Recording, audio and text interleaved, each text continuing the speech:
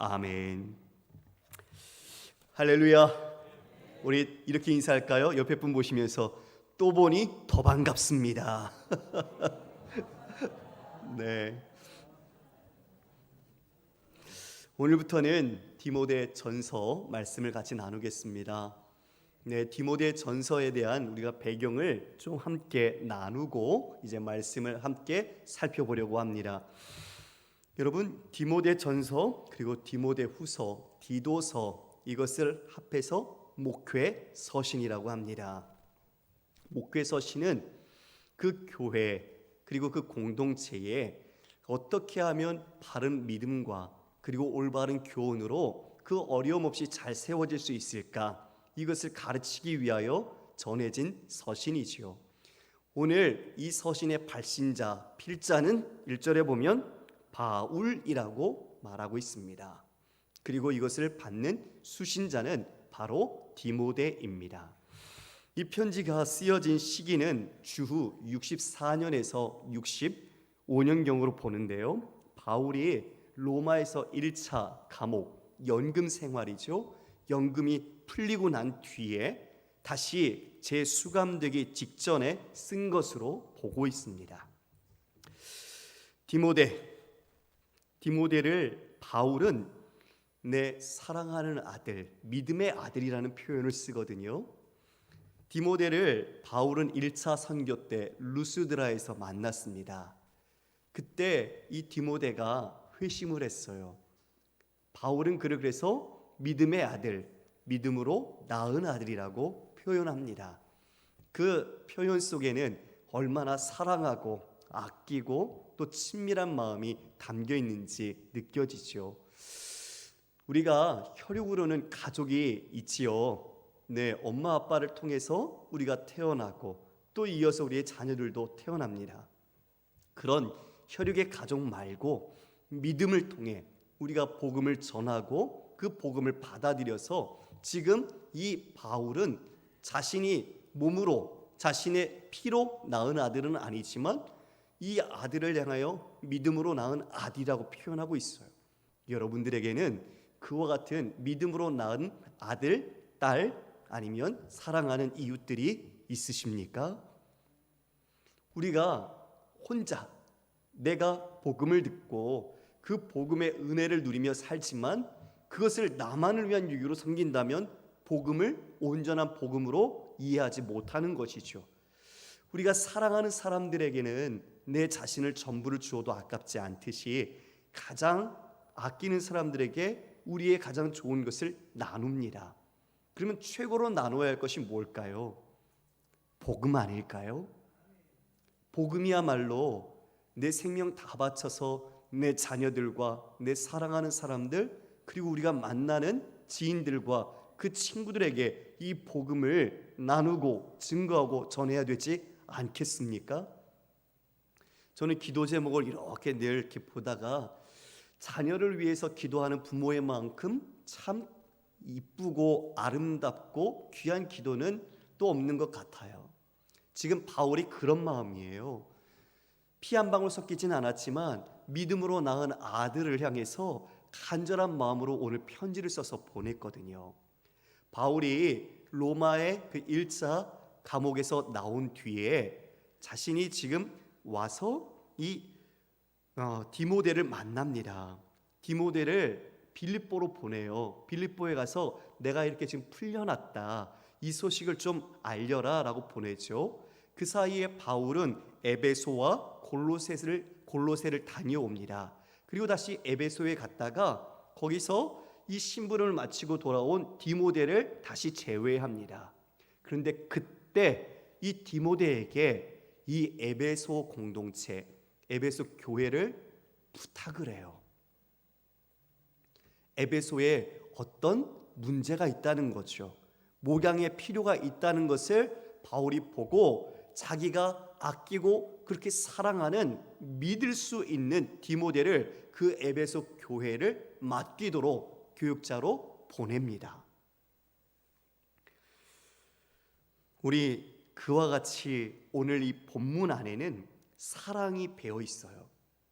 그 아들에 대한 믿음으로 낳은 아들에 대한 사랑, 그런데 그것을 덮고 있는 하나님의 사랑이 같이 나타나 있습니다. 우리가 자녀를 사랑하지만 우리의 사랑은 한계가 있고 연약하듯 하나님의 사랑으로서 우리가 사랑을 할 때 그 사랑이 온전히 이 모든 것에 덮여서 증거되고 함께 나누어지는 것이죠. 오늘 그러한 마음을 가지고 여러분들이 말씀을 함께 나눴으면 좋겠습니다. 여러분, 여기 지금 이 에베소는 어떤 곳인가? 항구 도시예요. 그런데 교통과 상업이 발달한 곳, 그러다 보니 문화도 발전했고 예술도 발전한 곳이었습니다. 사람들과 돈이 많이 모이겠죠. 그러니까 철학적으로도 또 그 시대에 있어서 중요한 문화적인 것들이 이 안에 많이 부흥하고 있었어요. 바로 그런 상황 속에서 바울이 본 이 에베소의 영적 상황은 어려움이었습니다. 그것을 오늘 다른 교훈이라고 말해줍니다. 다른 교훈. 신하와 족보라는 표현을 쓰는데요, 그것들이 이곳에 지금 난무하고 있다. 지금 우리의 이 시대적 상황 속에서는 무엇이 지금 우리를 지배하고 있죠? 황금 만능주의. 돈이면 모든 것을 다 할 수 있어. 또 반면에 하나님보다는 인본주의, 우리 휴머니즘을 가지고 있으면서 우리 인간이 제1의 가치를 가지는 것처럼 이야기를 하고 있는 그런 인본주의적인 성향들, 그리고 그 외에 그 기술과 그리고 과학, 이와 같이 우리가 신뢰할 수 있는 것들이 우리가 보이지 않는 하나님을 더 신뢰할 수 있게 만드는 것이 아니라 오히려 더 하나님을 믿지 못하도록 만들고 있죠. 우리는 눈에 만져지고 그리고 확실하게 경험되지 않으면 쉽게 이 사람들은, 세상 사람들은 그것을 받아들이지 않습니다. 하나님은 영이시죠. 보이지 않아요. 하나님의 사랑, 그것도 우리 눈엔 보이지 않아요. 그러나 그 사랑이 있다는 것을 우리는 알고 믿습니다. 할렐루야. 예, 진짜 중요한 가치는 보이지 않습니다. 공기도 보이지 않고요, 사랑도 보이지 않고요, 따뜻한 마음도 보이지 않아요. 우리가 마음이 있다고 얘기하지만 마음이 여기 있다고 표현하긴 하죠, 가슴을 향해서. 그러나 그 마음의 실체는 잡히지 않는 겁니다. 이처럼 진짜 중요한 본질은 보이지 않는 것들이죠. 그러나 이 시대는 보는 것들을 믿고 살아가는 시대이기 때문에 하나님과 이 말씀과 진리, 이와 같은 것들에 대하여 더 멀리 배격하는 모습을 보게 돼요. 지금 이것도 마찬가지였어요. 에베소도 그런 문화적인 영향력이 시대의 풍조를 따라서 지배하고 있었던 겁니다. 바울이 이에 자신이 다시 마게도냐로 돌아가서 편지를 써서 이 지금 디모데, 이 어린 디모데하고 바울하고는 한 12살에서 16살 정도 차이가 나요. 디모데가 주후 17년 출생을 했거든요. 그러니까 실은 말하면 아들이라고 말하기에는 조금 나이 차이가 좀 짧지요. 그러나 믿음으로 낳았기에 아들이라고 표현하는 그 사랑하는 디모데를 위해서 오늘 서신을 통해 격려하고 그리고 바른 교훈을 가르쳐주고 있는 것입니다. 우리 말씀으로 한번 들어가 보겠습니다. 1절 말씀을 제가 읽겠습니다. 우리의 구주 하나님과 우리의 소망이신 그리스도 예수의 명령을 따라 그리스도 예수의 사도된 바울은, 지금 바울 자신을 소개하고 있는데 어떻게 말하는가? 우리 구주 하나님, 여기에 구주는 구속자라는 단어를 가진 소테르라는 단어입니다. 우리의 구원이 어디로부터 비롯되었을까요? 하나님의 계획에서부터 비롯된 거죠. 하나님이 우리를 구원하시려는 마음을 가지심, 그 시작과 출발이 어디에서 비롯되었다고요? 하나님으로부터 비롯됐습니다. 이 소테라는 단어를 당시에 황제가 썼던 단어예요. 이 세상의 구원을 누가 줄 수 있는가? 로마 황제가 줄 수 있다고 그들은 그 구원자인 황제를 칭송했던 거죠. 근데 그 같은 단어를 가지고 지금 바울은 진짜 구원이 어디로부터 되는가? 누가 진정한 구속자인가? 바로 하나님께서 이 일을 시작하신 분이시다. 이걸 말씀해 주는 겁니다. 이어서는 예수 그리스도, 바로 그분의 명령을 따라 그분의 사도가 되었다라고 바울 얘기해 줍니다. 여러분, 바울이 사도권 논쟁들이 여러 군데서 있었죠. 아시는 것처럼 이 바울이 가는 곳마다 이 사도권에 대한 어려움이 좀 있었습니다. 예수님과 12제자 안에 바울은 원래 없었잖아요. 그러나 바울은 다메섹 도상에서 예수님을 만났고, 예수님께서 너는 내가 이방인을 위해서 택한 나의 그리스도라는 소명과 사명을 주셨어요. 즉 사도라는 것은 아포스톨로스로 보냄받은 자거든요. 그래서 보냄받은 자는 보낸 자의 권위를 가지고 그 사명을 감당하는 것입니다. 자신이야말로 이처럼 다메섹에서 예수를 친히 만났고, 예수님부터 내가 이러한 사명을 받아 이방인을 향하여 보냄받은 자라는 것을 말해주고 있는 것이죠. 그래서 바울은 어떤 고난, 죽음에도 삼킬 수 있는 고난 속에서도 바울은 굴하지 않고 그의 사명을 붙들고 끝까지 행한 것을 보게 됩니다. 성도 여러분, 놀랍지 않습니까? 인간의 힘과 의지로 그것을 할 수 있었을까요? 아니죠. 절대 못합니다. 사람의 힘으로는요, 돈을 억만금을 준다고 해도 그와 같은 고난과 죽음에 삼켜질 정도의 환난을 당할 때 우리는 쉽게 포기할 수밖에 없습니다. 오죽하면 작심삼일이라는 말이 있겠어요. 내 스스로 계획을 세우지만 그것을 3일만큼도 지탱하지 못하는 게 우리의 의지란 말입니다. 그런데 바울은요, 사람의 의지가 아닌 거죠. 하나님의 의지, 하나님의 사랑, 하나님의 사명이 그 마음에 있었기 때문에 이 모든 환경의 어려움에도 불구하고 그 하나님의 뜻을 따라 끝까지 순종하고 충성할 수 있었던 것입니다. 이야말로 하나님이 하셨다, 하나님이 이루셨다, 나의 나된 것은 다 하나님의 은혜로라, 이 고백을 할 수밖에 없었을 것입니다. 우리 귀한 찬양 좀 아까 오직 주의 은혜로, 그치요? 참 그것만큼 아름다운 것은 없다는 생각이 듭니다. 우리의 삶이 몇 년 남았는지, 어떻게 우리의 삶이 이루어질지 모르지만 우리는 은혜가 없으면 살 수 없는 존재라는 것을 고백하게 되죠.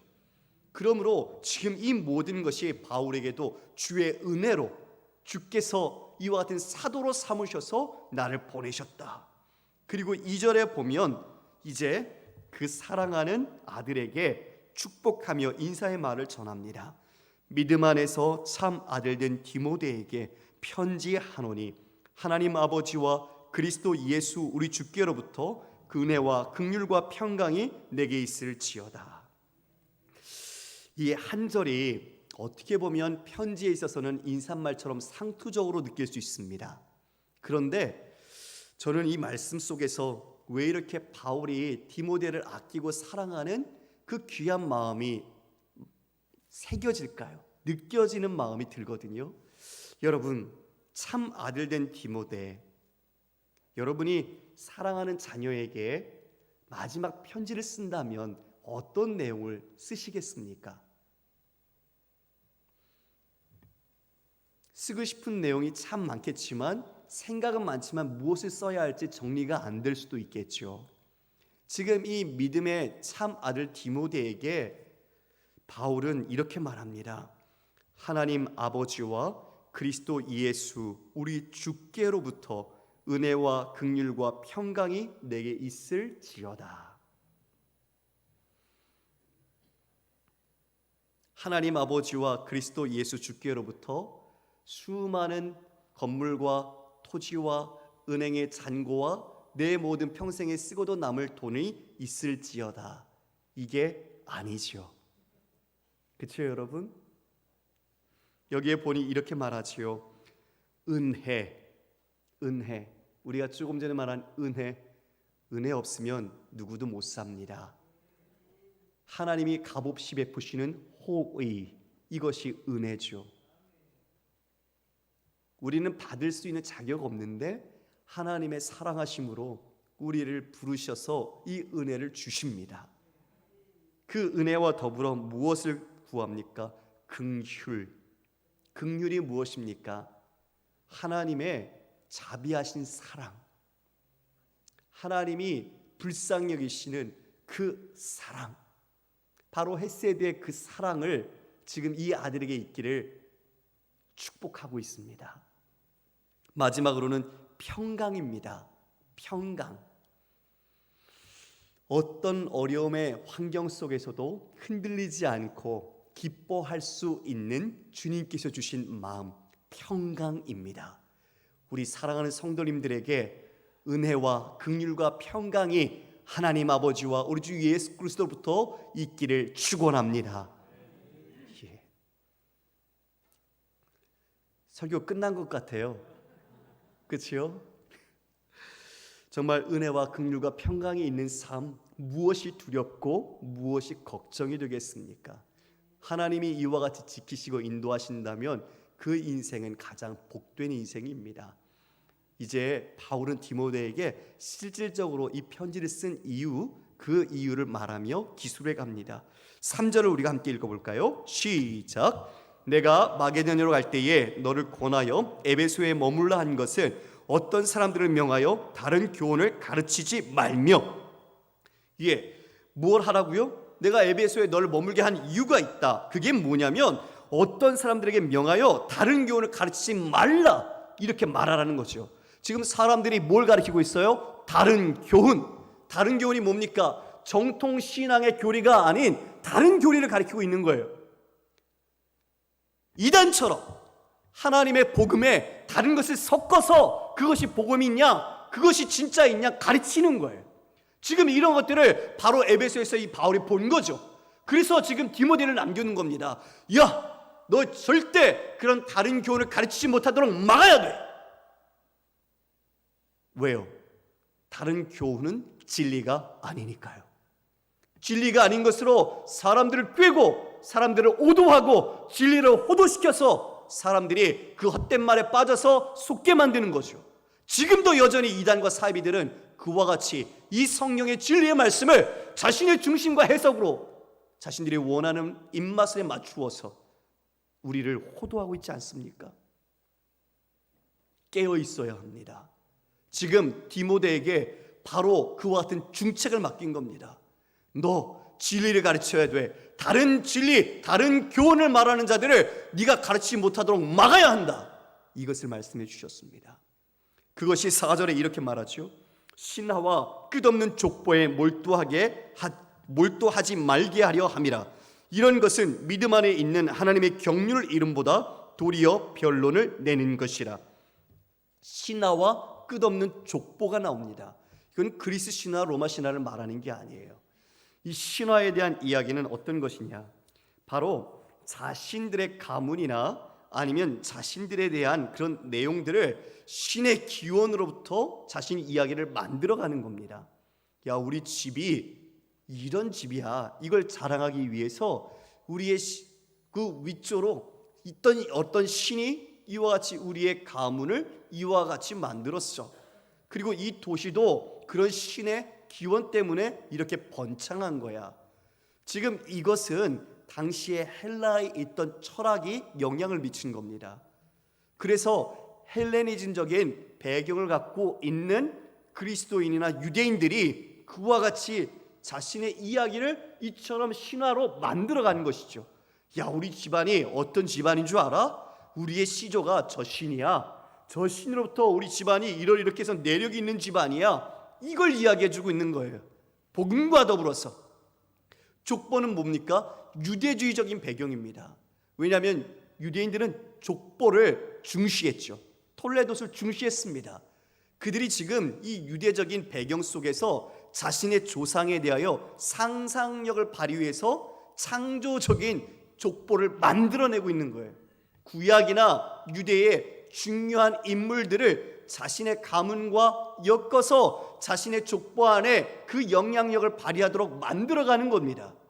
결국 여러분, 이 신화나 이 족보는 무엇을 드러내고 있을까요? 복음으로 하나님을 드러낼까요? 아니면 자신의 가문이나 집안, 자신을 드러낼까요? 자신을 드러내는 거죠. 사람들이 복음으로써 무엇을 얻고자 하는가, 이 복음 안에서 이루고자 하는 것이 무엇인가라고 보니 이 복음으로 자신을 높이는, 그 안에 자신의 족보를 만들고 이와 같은 신의 기원을 가지고 와서 자신의 신화적인 배경을 만들어 자랑하고 있는 모습이 나타나고 있더라는 것이죠. 우리는 이것을 어떻게 적용할 수 있을까요? 우리도 예수님의 십자가 그 복음을 들었는데 그 복음으로 우리의 것, 우리 안에 있는 세상의 것, 우리 안에 있는 자랑하고 싶은 것들을 드러내는 겁니다. 여러분, 저를 보십시오. 정말 복음이라는 가장 숭고하고 가치 있는 진리에 자신의 간증이나 내용이나 삶의 내용이 하나님을 높이는 것이 아니라 자신을 높이는 것으로 나타나는 겁니다. 자기 자랑, 자기 중심, 자기의 경배의 모습이 이와 같은 족보와 신화로 나타나는 거예요. 그러면 여러분, 우리는 뭐로 얘기할 수 있을까요? 야, 나 하나님이 은혜를 주셔서 내가 이러한 축복을 받았어. 그런데 겸손하면 되는데 그것으로 교만해지고 그것으로 자랑하는 모습이 보인다면 복음을 복음으로 알지 못하고 은혜를 은혜로 알지 못하고 은혜를 자신이 받을 수 있을 만한 근거가 있는 것처럼 이야기하는 겁니다. 이게 복음을 호독해 하는 거죠. 그리고 성도들을 오도의 길로 가게 만드는 겁니다. 우리는 각별히 조심해야 합니다. 우리 한국교회가 예전에 그런 간증 집회들이 많았어요. 내가 예수 믿고 이러한 축복을 받았습니다. 예, 귀한 거죠. 너무나 은혜인 겁니다. 그런데 그것 때문에 사람들이 그걸 따라하는 거예요. 복음을 따라하는 게 아니고 그 사람이 이렇게 축복받았으니까 나도 그 축복을 받아야지, 주님을 따르는 게 아니라 그 축복을 내 마음의 보좌에 놓고 그것을 위해 순종하는 거죠. 10의 2조, 10의 3조를 드리고 하나님 앞에 열심으로 순종하고 충성하는 모습이 보이지만 내심을 들여다보면 누구를 위한 충성이요? 내 자신을 위한 충성, 내 자신의 행복과 이러한 안녕과 번영을 위한 충성을 하고 있었던 겁니다. 이게 번영주의예요. 십자가 팔아서 내가 잘 먹고 잘 사는 것, 그것이 목적이 된 게 바로 지금처럼 끝없는 족보와 신화, 이런 것들로 살아가고 있는 모습으로 그 당시에 나타났다는 것입니다. 여러분, 하버드 가고 그리고 예일대 가고 참 그런 좋은 대학 가는 거 너무 귀하죠. 거기서 잘 배워서 하나님의 그 역사, 하나님의 그 사랑, 그리고 그 말씀을 잘 가르치는 것 너무 중요하죠. 그런데 거기에 목적이 있지 않고 하버드 가고 예일 가고 그런 프린스턴 가고 이런 것에 우리가 목적을 두고 그것이 축복이라고 안다면 하나님을 제대로 모르는 겁니다. 우리가 그렇게 살면 안 된다는 거죠. 입시 때 어디 대학에 붙게 해주세요. 하나님께 영광을 돌리게 해주세요. 예, 그 대학에 가서 준비되어지는 놀라운 하나님의 계획은 진짜 멋진 겁니다. 근데 목적은 대학에 붙는 게 하나님의 영광이 아니에요.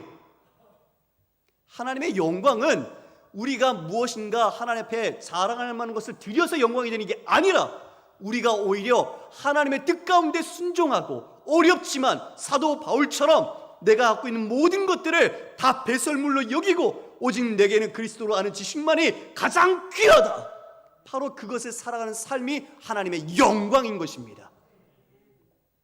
우리는 복음을 분명하게 깨달아야 합니다. 다른 교훈을 가르치고 이처럼 족보와 신화로 자신을 치장하여 그것으로 선생이 되려고 했던 자들을 향하여 디모데야, 너는 다른 교훈 가르친 자를 금하라. 바울은 사랑하는 그 아들 디모데에게 이와 같이 권면한 겁니다. 5절 말씀 우리가 함께 읽어보겠습니다. 4절에 이와 같이 얘기하고 있죠. 그들이 신화와 족보로 이렇게 그 안에서, 즉 교회 공동체 안에서 나누고 행하니 어떻게 됐어요? 믿음 안에 있는 하나님의 경륜을 이름보다 무엇이 나타났다고요? 변론하게 되었다. 교회가 하나님의 말씀이 나눠지지 않고 주의 진리의 말씀이 선포되지 않고 다른 것이 희석되니까 어떻게 돼요? 자기 자랑하고 자기를 높이니 변론이 나타나죠. 분열되는 거예요. 서로가 서로를 시기와 경쟁의 상대로 보게 되는 거죠. 하나 되지 못하는 겁니다. 여러분, 그러니 세상에 있는 것 교회로 끌어들이면 될까요? 안 될까요? 안 되죠. 세속적인 가치를 교회에 갖고 와서 효율이라는 이름으로 우리가 하면 안 돼요. 우리는 오직 말씀의 기준으로 파악하고 점검해야 하는 것입니다. 5절 같이 읽어볼까요? 시작! 이 교훈의 목적은 청결한 마음과 선한 양심과 거짓이 없는 믿음에서 나오는 사랑이거늘. 오늘 5절이 가장 중요합니다. 5절에 보면 이처럼 가르치는 목적이 어디에서 나오는 것이냐? 청결한 마음, 깨끗한 마음이지요. 선한 양심, 선한 양심은 올바른 판단을 말합니다. 그리고 거짓이 없는 믿음, 숨겨지거나 다른 의도가 있는 믿음이 아닙니다. 거짓이 없는 온전한 믿음, 거기에서 나오는 사랑으로 우리는 가르쳐야 한다, 교훈해야 한다라고 바울은 디모데에게 말씀해주고 있습니다. 이 말씀을 묵상하면서 바울이 그 사랑하는 디모데가 그 에베소 교회를 어떻게 목양하고 가르쳐야 하는가, 이걸 가르쳐 준 거죠. 그렇죠? 지금 청결한 마음과 선한 양심과 거짓이 없는 믿음에서 나오는 사랑으로 해야 한다. 우리 그리스도인이 모든 어떠한 일을 할 때 서로 권면하고 어떤 교훈하고 무슨 봉사를 하고 어떤 섬김을 할 때 가장 해야 될 중요한 마음의 중심 자세가 무엇이라고요? 사랑으로 해야 한다. 청결한 마음, 선한 양심, 거짓이 없는 믿음에서 나오는 그 사랑으로 우리가 함께 서로 사랑하고 섬기고 봉사하고 교회와 공동체를 세워가야 한다라고 말하는 것입니다. 우리 교회가 이런 교회 되기를 원합니다. 예, 다른 속마음이 있지 않아요. 야, 내가 이거 하면 인정 좀 받아야 하는데, 하나님 내가 이렇게 하면 좀 이뻐해 주시겠지? 내게 좀 더 뭔가 주시지 않을까? 아니요, 그런 마음이 아니라는 거죠. 오직 한 분, 하나님이 이와 같은 마음으로 우리를 사랑하신 겁니다. 그 사랑을 지금 바울이 디모데가 깨닫기를 원하고 그 사랑 안에서 그 영혼과 교회를 돌보라고 가르쳐 준 겁니다.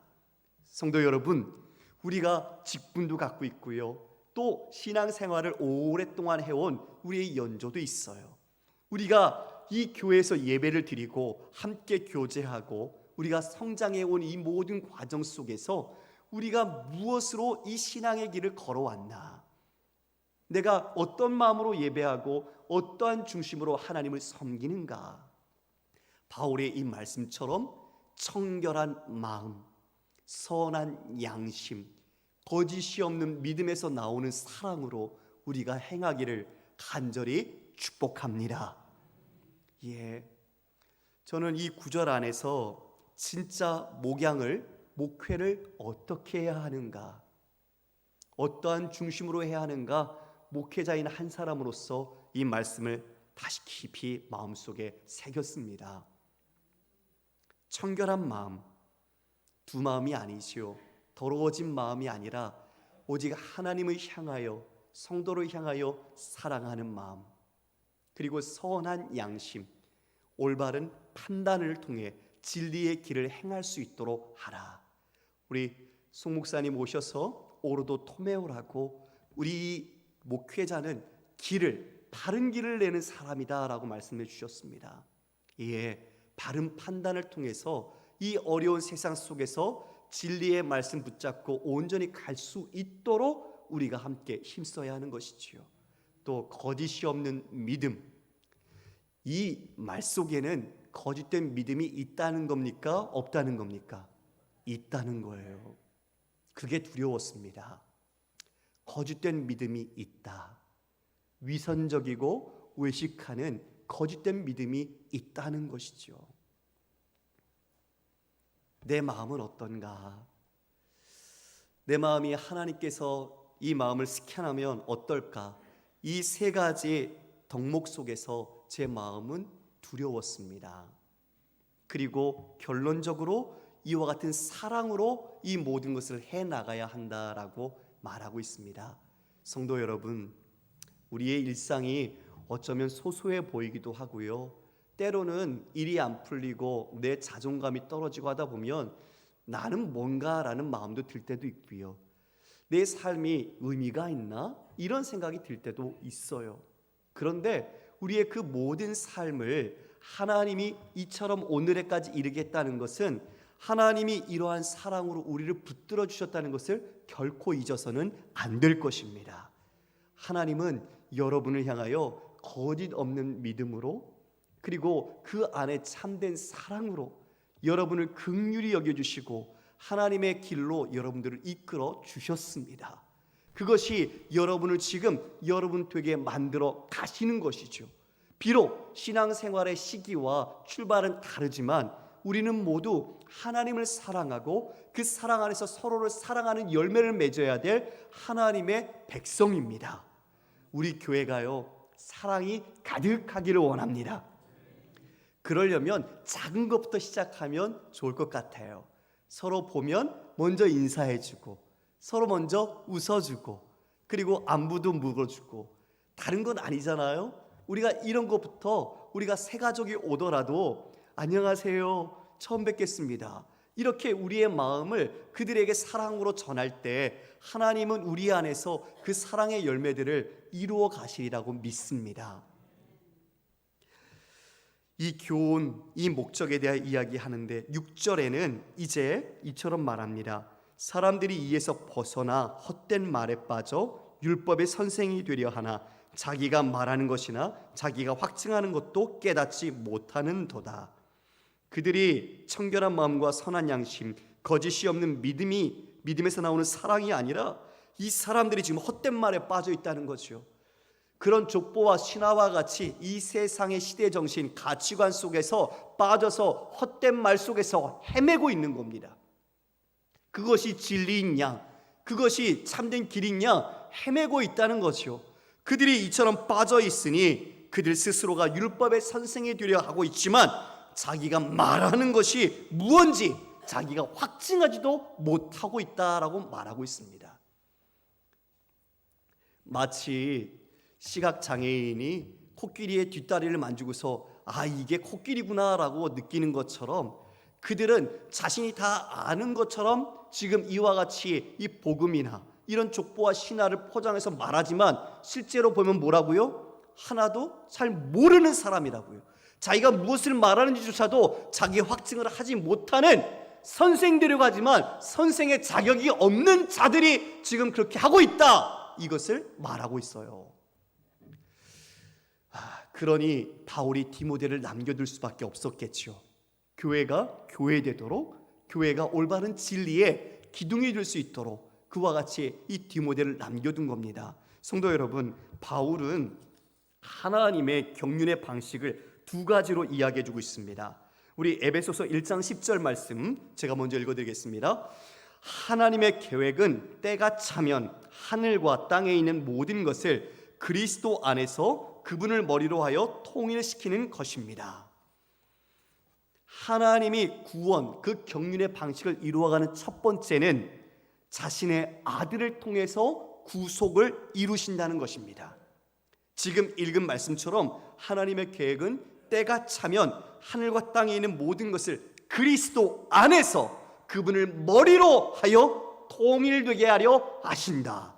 할렐루야. 이것이 하나님이 구원과 구속을 이루어 가시는 방식입니다. 그 아들을 통해. 두 번째는 하나님의 집인 교회가 그와 같이 올바른 관계를 통해서 그 구속을 이루어 가기를 원하십니다. 디모데전서 3장 15절 16절 말씀인데요, 세번역 성경인데 제가 먼저 15절 읽겠습니다. 만일 내가 늦어지더라도 하나님의 가족 가운데서 사람이 어떻게 처신해야 하는지를 그대가 알게 하려는 것입니다. 이 가족은 살아계신 하나님의 교회요, 진리의 기둥과 터입니다. 시작.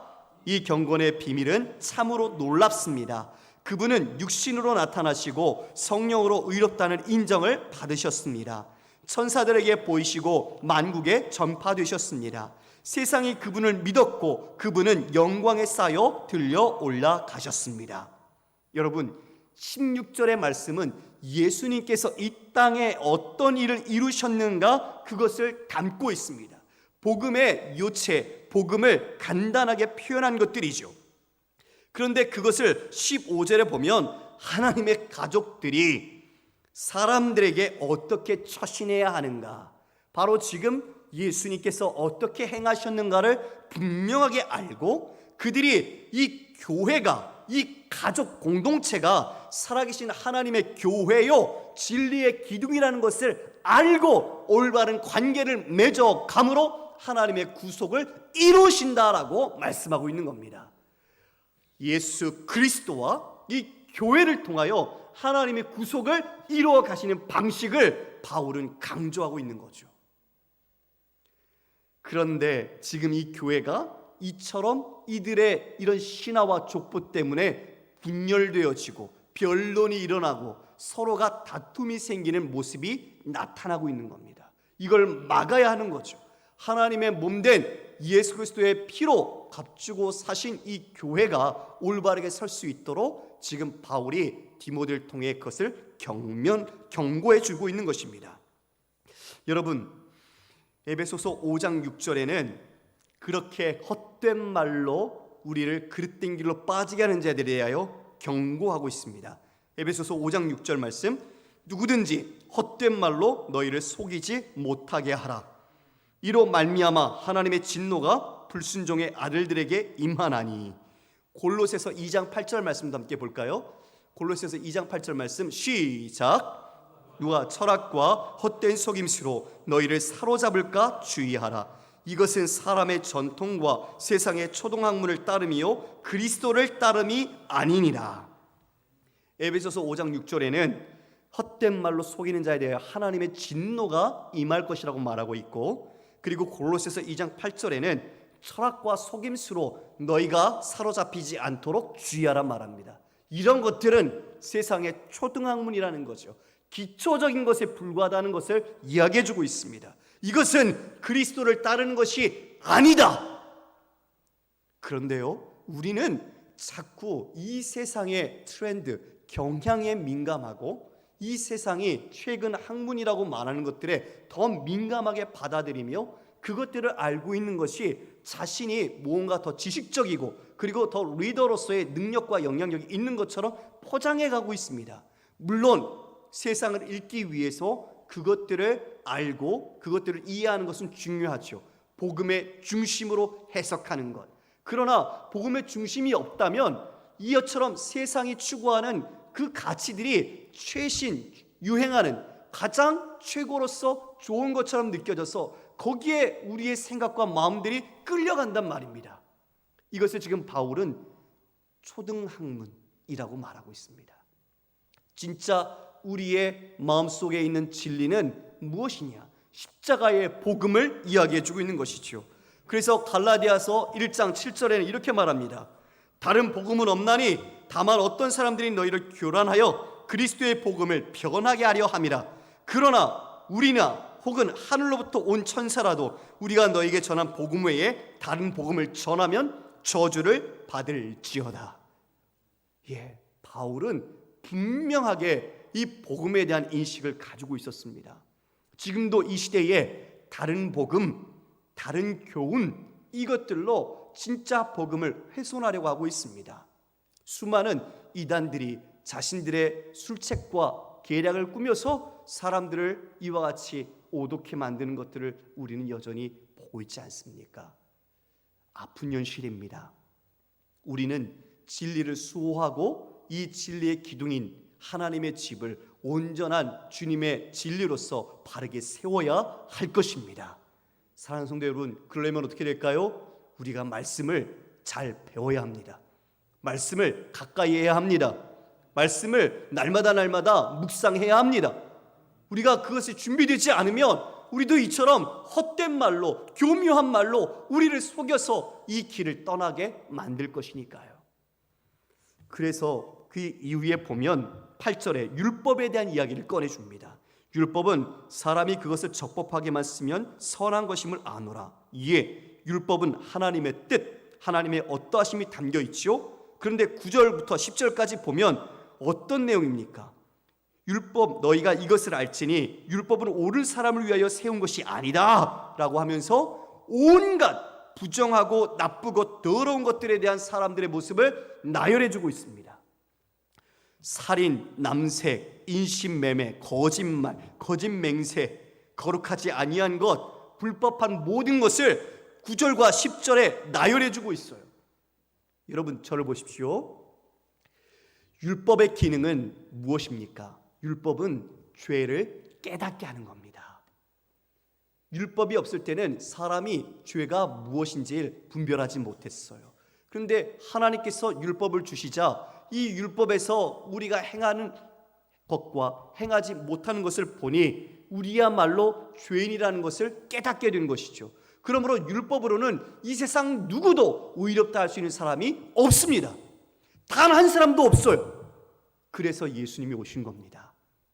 예수님이 율법을 성취하시고 예수님이 십자가 지시고 그 부활로 말미암아 우리의 구원을 이루어 주시는 것이죠. 그러니 이 율법, 자신들이 이 율법이 뭔지도 모르고 율법의 선생이 되려고 하고 있는 모습들, 그리고 율법은 죄를 깨닫게 하고 무엇이 의로운 것인지 하나님이 무엇을 기뻐하시는지 그 뜻을 가르쳐주고 있음으로 말미암아 우리 선한 우리들에게는 어떻게 살아야 하는지 그 방향성과 기준을 우리에게 주고 있는 겁니다. 우리가 십계명 안에 하나님과 우리 이웃의 사랑들 그 모든 기준이 담겨 있지 않습니까? 그것을 통해 우리는 하나님이 어떤 분인지를 알고 어떻게 살아야 하는구나를 깨닫습니다. 그러나 이들은 그것들을 떠났습니다. 믿음을 떠나고 바른 복음을 떠나고 십자가의 복음을 떠났던 것입니다. 그래서 마지막 절에 11절에 바울이 이렇게 이야기합니다. 다 같이 읽겠습니다. 시작. 이 교훈은 내게 맡기신 바 복되신 하나님의 영광의 복음을 따름이니라. 아멘. 무엇을 따른다고요? 하나님의 영광의 복음. 바로 그것이 우리가 따라야 할 길이고 우리가 붙잡아야 할 말씀인 것입니다. 디모데에게 이것을 따라야 한다. 다른 길로 가면 안 된다. 오직 영광의 하나님의 이 복음, 그 복음을 위하여 내 생명을 바쳐라. 이것이 우리 오늘 저와 우리 성도님들이 우리의 삶을 돌아보면서 또 우리가 한 주간의 삶을 살아갈 것을 우리가 보면서 내가 무슨 길, 어떠한 말씀을 쫓아가야 할 것인가. 여러분 마음에 새깁시다. 우리 안에 무엇을 가져야 합니까? 청결한 마음과 선한 양심과 거짓이 없는 믿음에서 비롯된 사랑. 그 사랑을 가지고 하나님의 영광의 복음을 위하여 우리가 아낌없이 주 예수 그리스도와 그 나라를 위해 우리가 쓰임받는 사랑하는 우리 귀한 성도님 되시기를 주님의 이름으로 축원합니다.